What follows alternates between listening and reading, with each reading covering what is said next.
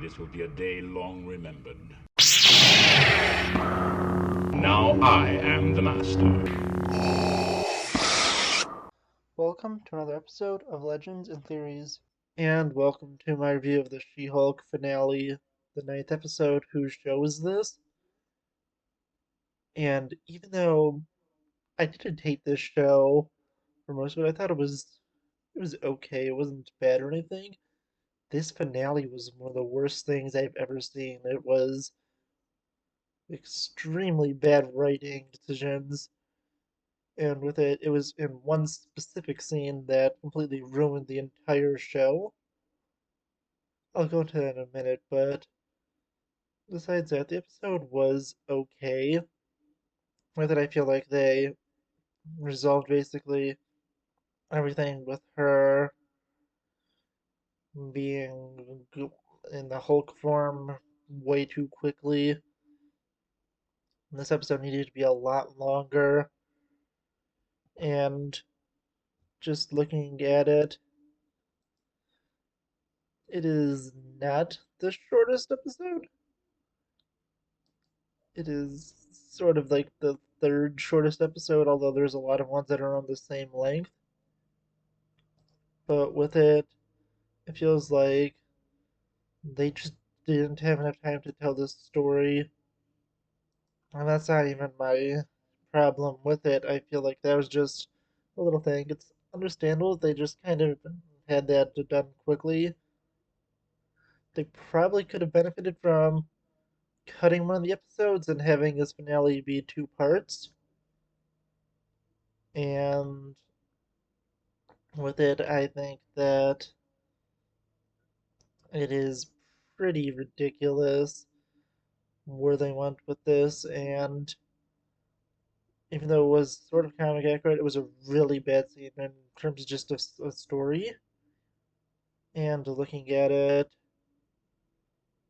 the finale looked like it was going to an interesting place where they were finally going to resolve the storyline of Intelligentsia trying to steal her blood, and it just turned out to be a giant middle finger since they went and before they even started the scene where they were going to resolve everything, they decided to have the scene become really bad on purpose, where things started to make no logical sense. And with it, there's everything with the fact that I was just like, what is going on here? And then they go and pause and are like, oh no, this doesn't make any sense. And they purposely made it bad so they could have the show changed. And with it, although I think that the Kevin Robot joke was okay. I think that it doesn't really make sense if that's supposed to be the real world with it, and she's visiting them. But I'm fine with that joke. But with what it does is it just goes and ruins the show. Looking back at it, since it goes and takes plot lines and makes them irrelevant, since they've been setting up this storyline with her blood being stolen all season, and since they decided to go and remove it, it was a pretty garbage move, and it just ruins this season looking back because now all those things trying to set it up are made completely pointless, and Todd is just another really bad villain like the one for Miss Marvel, since they do nothing with him. He just basically gets arrested and that's it. It was extremely anticlimactic. I really didn't like the decision. And this just goes against something like Chekhov's gun, which says that you shouldn't be introducing something into the plot and making a big deal of it if you're not going to use it. And that's what they did with the blood storyline. They decided to go and throw it out the window basically for a joke. I feel like they could have found such a better way to go and include this, but they didn't. It was just really bad, and it just ruins the show, as I said, when you look back, because now all this setup is completely ruined. There's going to be some interesting stuff that it sets up, like the fact that Hulk does have a son, and it seems that they put a lot more effort into designing Hulk's son than they fully did into She-Hulk because the CGI was really good for a character that just cameoed, and even though I don't think the She-Hulk design was terrible, there's a lot of people who definitely were complaining about it, and it's pretty crazy that it seems they put a lot more effort into a cameo than the main character. And with it, the stuff with like Daredevil showing up also, made no sense. Even though they complained that Hulk showing up out of nowhere makes no sense, even though we had it confirmed that Daredevil left Los Angeles in the previous episode. Yeah, honestly, this episode was really bad, and I think the episode itself might be the worst thing in Marvel, but I don't think it was as. I think I enjoyed Miss Marvel a lot less. I think the show was fine up until this episode. It wasn't amazing, but it wasn't terrible. But this episode was just really bad, and I think the scenes with Daredevil they were fine, but everything else it was just really bad with how they wanted and changed everything. Also, one thing that made no sense is why She-Hulk didn't face the consequences of turning into She-Hulk like Abomination did.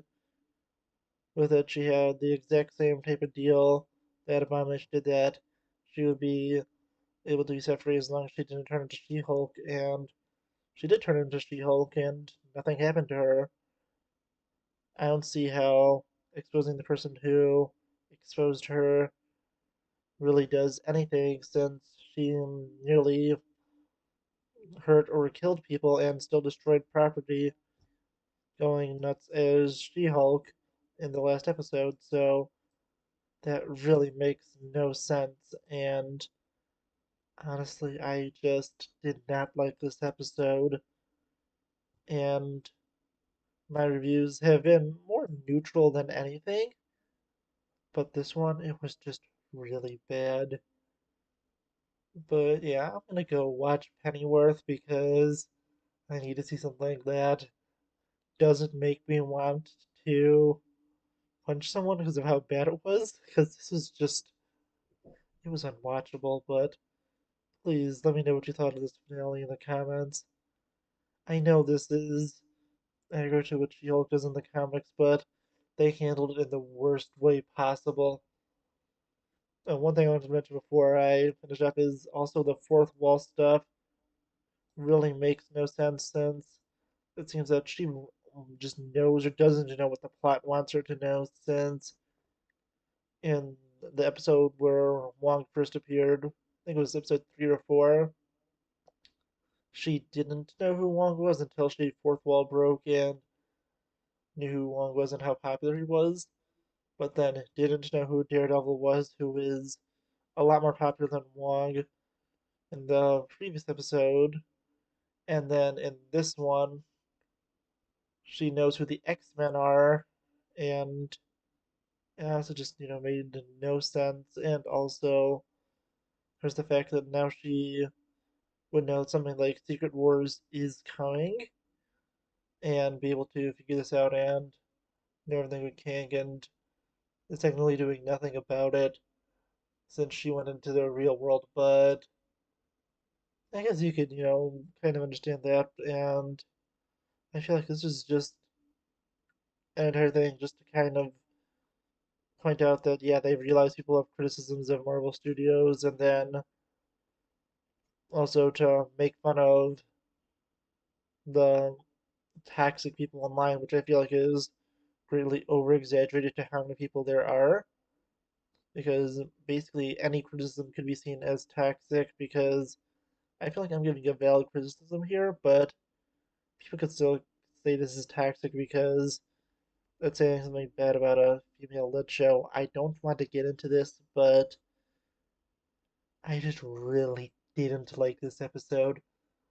I was fine with the rest of it, but this episode specifically, I just couldn't handle. So I said, I just can't do this anymore. So please let me know what you think in the comments. This is like my longest video about this show ever. I think it's like doubling in length at least of what the lengths of the other ones were.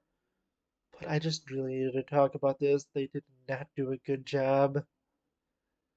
And yeah, just please let me know what you think. I really just want to go watch Pennyworth before I have school and get the review of that because I just couldn't take how bad this was. So I'll see you guys all in the next episode of Legends and Theories. Thank you for watching this episode of Legends and Theories. Please subscribe, like the video, share the video, leave a comment, check out the video on screen, and may the Force be with you.